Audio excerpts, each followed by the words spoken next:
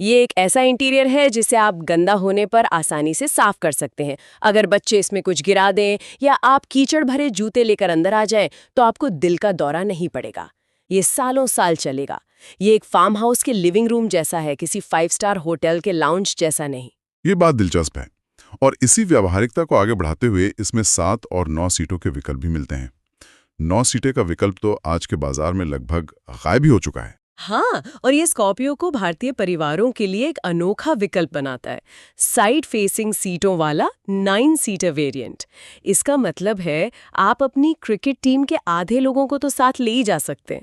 ये असल में भारतीय संयुक्त परिवारों के लिए बनाई गई गाड़ी लगती है, जहां आपको कभी नहीं पता होता कि कब 2 और रिश्तेदार साथ चलने के लिए तैयार हो जाएं। ये फ्लेक्सिबिलिटी इसका बहुत बड़ा प्लस पॉइंट है।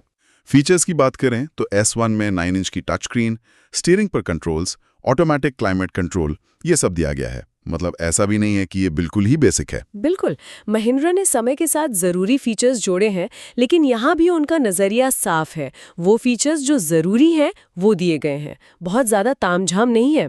अब इसी से जुड़ा एक अहम मुद्दा है सुरक्षा का। इसमें dual front airbags, ABS, EBD, rear parking sensors और कैमरा है।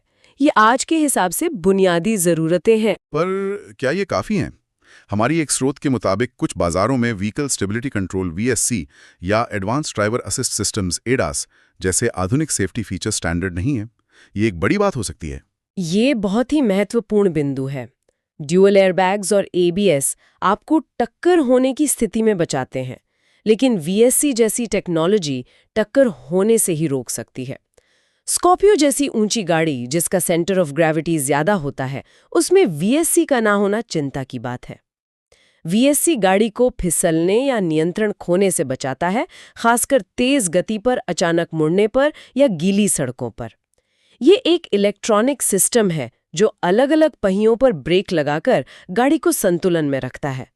आज के जमाने में इस साइज की गाड़ी में इसका न होना एक बड़ी कमी मानी जाएगी। चलिए अब उस पहलू पर आते हैं जो शायद हर खरीदार के लिए सबसे अहम होता है, पैसा, कीमत और माइलेज। और यहाँ हमारे स्रोतों में जमीन आसमान का फर्क है।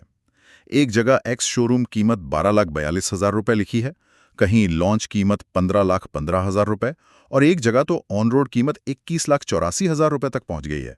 ये तो बहुत बड़ी उलझन है। और ये उलझन दिखाती है कि भारत में गाड़ी खरीदना कितना पेचीदा हो सकता है।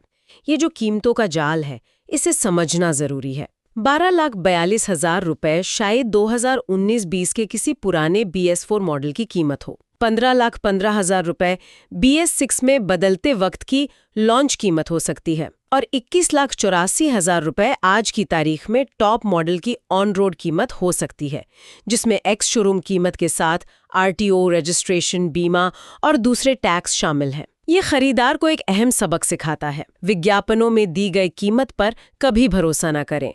हमेशा अपने शहर के डीलर से लेटेस्ट ऑन रोड कीमत पता करें। और माइलेज का भी यही हाल है। दावा है 15.5 किलोमीटर का, लेकिन असल दुनिया में समीक्षक कहते हैं कि ये 9 से 14 किलोमीटर प्रति लीटर देती है। ये भी एक बड़ा अंतर है। हाँ, और ये औसियत है।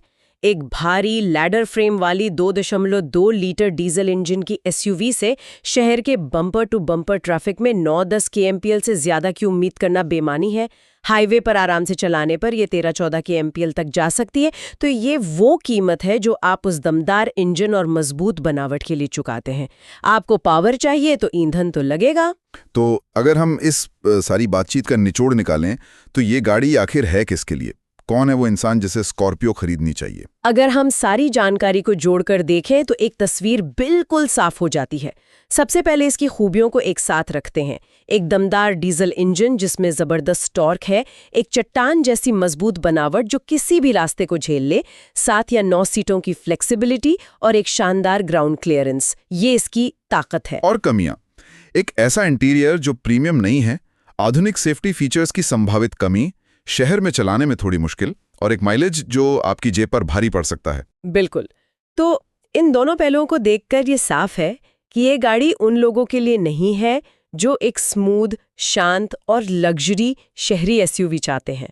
अगर आपकी प्राथमिकता latest touch screen, panoramic sunroof और आरामदायक सस्पेंशन है, तो बाजार में इससे बेहतर कई विकल्प है। तो फिर ये किसके लिए है? ये उस व्यक्ति के लिए है जिसके लिए गाड़ी एक भरोसेमंद साथी है, दिखावे की चीज नहीं। जैसे? एक बड़े परिवार जिन्हें अक्सर एक साथ शहर से बाहर या लंबे सफर पर जाना होता है। 2 एडवेंचर पसंद लोग जो वीकेंड पर पहाड़ों या अनजान जगहों पर निकल जाते हैं और जिन्हें एक ऐसी गाड़ी चाहिए जो कहीं भी धोखा न दे। 3 ग्रामीण और छोटे शहरों के लोग जहां सड़कें आज भी बहुत अच्छी नहीं हैं और एक मजबूत गाड़ी की जरूरत है। और हाँ, व्यावसायिक इस्तेमाल के लिए भी, जैसे टूर ऑपरेटर्स या वो लोग जिन्हें साइट पर आना जाना होता है।